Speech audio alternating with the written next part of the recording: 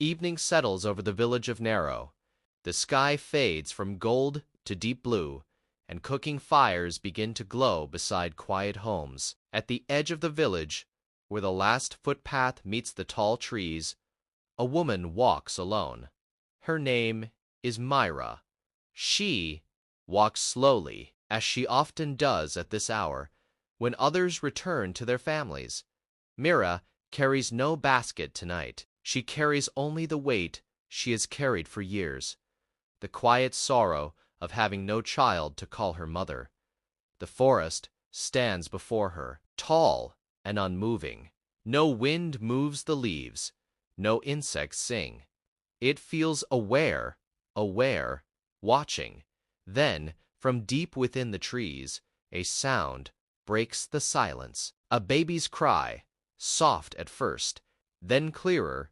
Mira stops. She listens again.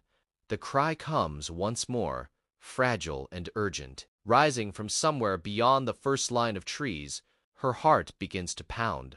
No child should be alone in that place. Step by step, she moves past the edge of the village and into the forest. The air grows cooler. The silence grows heavier. The crying leads her to a small clearing where pale moonlight touches the ground. There, on a bed of soft green leaves, lies a child, wrapped in nothing, unharmed, crying. Mira kneels beside the baby. Her hands tremble as she lifts the child into her arms. The crying stops immediately. The forest becomes completely still. Then a voice speaks. Not loud, not angry. Calm, firm. It comes from everywhere at once. You may take the child, but one rule must never be broken. Mira does not move.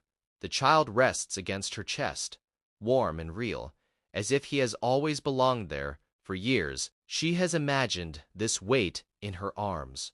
For years, she has waited. She has watched other women in Narrow carry their babies on their backs. Laughing as they return from the river, she has prepared food for naming ceremonies. She has sewn small garments as gifts for newborns. She has smiled when others celebrated. And every night, she has returned to a quiet home. Mira has always been kind. When harvests were poor, she shared her grain. When elders were ill, she Saturday beside them through the night. When children ran through the village square, she was the one who wiped their tears when they fell. She gave comfort easily, but no one gave her a child. The whispers were never loud, but she heard them. Perhaps it was not meant for her. Perhaps the spirits refused her. Perhaps she waited too long. She carried those words in silence. She never answered them. She only waited. Now, in her arms, a child breathed softly. Not imagined, not borrowed, given. Her sorrow begins to loosen its grip. The voice of the forest still lingers in the air. You may take the child, but one rule must never be broken. Mira does not ask questions. She does not ask what rule. She does not ask why her. All she sees is the child. All she feels is the chance to become what she has longed to be. She tightens her hold gently and speaks into the quiet trees. I accept. She agrees before she fully understands, because hope, once placed in empty arms, is stronger than caution. The forest does not release her yet. The air grows heavier, as if the trees themselves are listening for her answer. Then the voice speaks again, calm and steady. The child must never enter the forest again. The words move through the clearing like a slow wind. If the rule is broken, the forest will reclaim what it gave. No anger, no threat raised in volume, only certainty. Mira holds the child closer. She feels his small fingers curl against her clothing. She feels the warmth of his breath against her skin. She does not look around. She does not search the shadows for the source of the voice. Her mind does not measure the weight of the warning. In her heart, the decision is already made. He will not return here, she tells herself. She will protect him. She will keep him close. I promise, she says. There is no hesitation in her voice, no negotiation, no question. The moment the word leaves her lips, the forest falls completely silent. The strange stillness lifts. The night's sounds slowly return. A distant insect, a soft rustle of leaves. The clearing feels ordinary again, as if nothing unusual has taken place. Mira rises carefully, the child secure in her arms. Without looking back, she walks out of the forest and toward the faint glow of Naro's evening fires. Behind her, the trees stand tall and unmoving. When Mira returns to Naro, the village greets her with quiet wonder. News spreads quickly. She carries a child in her arms. Neighbors gather, offering small gifts, warm smiles, and cautious congratulations. The air fills with laughter and gentle murmurs, celebrating what seems like a miracle. She names him Leo. From the first days, Leo behaves unlike other children. He is calm, almost impossibly so, as if the world around him moves at a slower rhythm that only he can hear. He drinks quietly, sleeps soundly, and watches everything with eyes that seem far older than his age. Animals approach him without fear. Birds perch nearby as he sits in the sun. A small deer pauses at the edge of the square, studying him before retreating. Even the village dogs seem to accept him instantly. Hu does not speak much, yet he seems to understand the movements of the trees, the wind, the way water runs through the streams. When he reaches for a leaf or a flower, it seems to respond to him in gentle sway, as if recognizing a friend. The villagers watch with admiration and awe, but some elders cannot hide a trace of unease. They whisper quietly among themselves, careful not to alarm Mira or the others. And so life continues in the village, joyful, yet tinged with the unspoken knowledge that Leo is unlike any child they have ever known. As Leo grows, it becomes clear he is no ordinary child. He speaks earlier than any other in the village, forming sentences that carry curiosity and wisdom beyond his years. His questions are not about toys or play, but about the forest, its trees, its rivers, its quiet shadows. Often he will stop in the middle of the village square and stare toward the edge of the woods, his eyes distant, as if listening to a voice no one else can hear.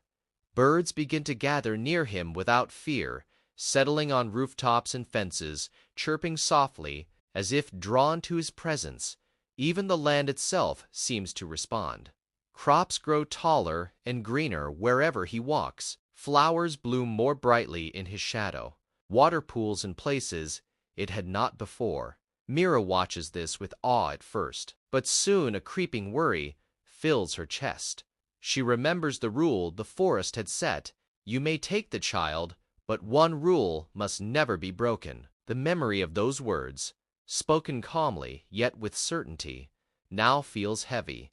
She had accepted the rule without thought, without hesitation, but seeing Leo's connection to the forest, she begins to understand the fragile line she must walk.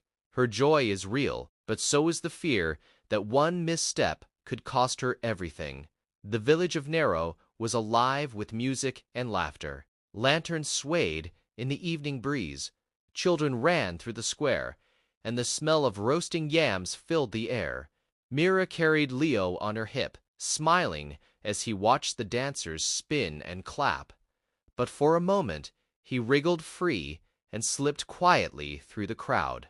It was only when Mira turned to call him that she realized he was gone. Her heart tightened. She scanned the square, eyes darting between laughing villagers and glowing lanterns, and then she saw him, standing at the very edge of the forest. He did not run or hide. He stood still, staring at the trees with an intensity that made the leaves seem to lean toward him.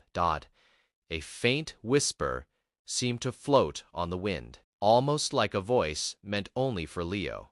He tilted his head and listened. his small hands clenching lightly. Mira rushed forward, calling his name. He looked back at her, calm, and spoke with a clarity that startled her. "Why can't I go inside?" The question hung in the air.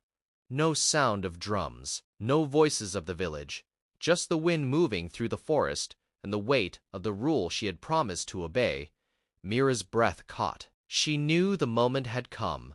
The forest was testing her. The temptation was here, and she could feel the fragile line between obedience and disaster. Dark clouds rolled across the sky above Narrow, turning the evening into a gray shadow. The wind picked up, rattling rooftops and whipping through the trees. Rain began to fall in heavy sheets, soaking the village square and the festival decorations. Crops that had been thriving under Leo's care wilted in the storm, bending under the relentless downpour. The villagers whispered, their eyes flicking toward Mira and the child in her arms. "Perhaps it is because of him," some murmured. "The child brought this upon us." Fear and guilt gnawed at Mira. She had loved Leo fiercely, but now the storm seemed to echo the warning she had once accepted lightly. The rule, the one she had promised to obey, pressed heavily on her heart. Desperation clouded her judgment. She clutched Leo tightly, her fingers trembling around his small shoulders, and began walking toward the forest. Each step felt heavier than the last. The edge of the trees loomed before her, dark and silent. She paused for a heartbeat, remembering the voice, the rules she had sworn to keep. But the cries of the villagers, the failing crops, the pounding rain, everything pressed her forward. With one final breath, Mira stepped past the boundary she had promised never to cross. The forest swallowed her footsteps. The wind howled, and for a moment the world seemed to hold its breath. The forest fell, completely silent. The wind stopped. The rain ceased. Even the rustle of leaves flouncy, as if the world itself were waiting. Then the voice came again, calm and steady, echoing through the trees. Mira felt it reach deep into her chest, pressing the truth against her heart. She had broken the promise. She had crossed the line the forest had set. Her arms tightened around Leo, panic rising, but he did not struggle. He turned to her, calm and steady, his eyes meeting hers. "I was never meant to stay forever," he said softly. Mira's breath caught. Her heart ached, but she could not argue. She had known, in some quiet corner of her mind, that this moment might come. Slowly, the forest seemed to reach out, its shadows stretching gently around the child. Leo's small hands rose as if to touch the air, and the trees cradled him in their quiet embrace. Without a sound of struggle, without anger or fear, the forest reclaimed him. Mira felt the emptiness in her arms, the quiet that followed, and the weight of what her promise had meant. The child was gone, returned to the forest that had given him. And in that silence, Mira understood the cost of what she had done. The storm slowly passed. Sunlight broke through the clouds, warming the village of Narrow.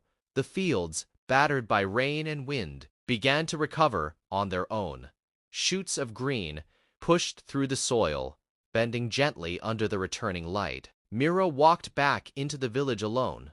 Her arms were empty, but her heart felt heavier and wiser than before. She had held a gift she was not meant to keep, and she had learned the cost of forgetting the promises she made.